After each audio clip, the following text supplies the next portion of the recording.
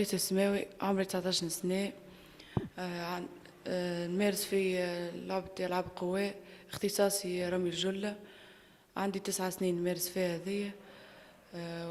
نهار الأحد هزيت بطولة تونس بريمير بلاس.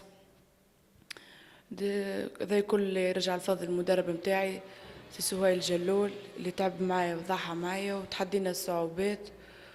الحمد لله يا ربي زينا معناتها مرتبة أولى في الشمال، جمعية عسكرية باجة. ونطمح، كانت عندي طموح باش نلعب بطولة عربية لكن ما حلفنيش الحظ. لا،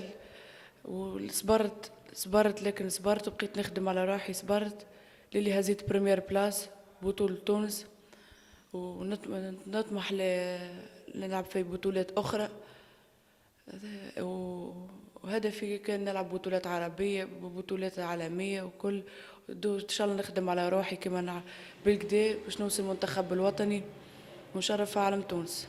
في باجي نحن ما عندنا حد معناتها معنويات ناقصين من معناتها مادية وكل شيء ناقصين، خاطر الرياضة في باجي ما عندناش معناتها أبطال باش توصل معناتها باش على الأقل نتكلموا على رواحنا كل. فما واحدة برك اسمها مدام كاملة، هذيك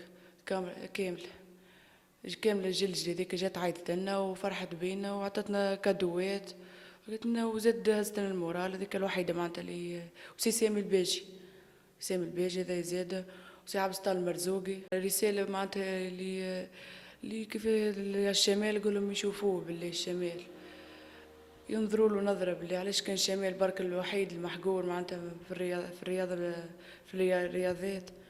يجي يشوفونا ويعاونونا على الأقل. راه فيها برشا أبطال، راهي باجي برشا أبطال محقورين وما لقاوش معناتها معنويات باش يوصلوا لفلوس لحتى شي. معناتها يلزمنا معناتها واحد باش يعاوننا ماديات اللي باش نوصلوا له أبطال كي خير خير منا هما لجماعة الجنوب ولا جماعة نحنا عندنا زاد أبطال وتبارك الله نحن معروفين جمعية عسكرية بأبطالنا.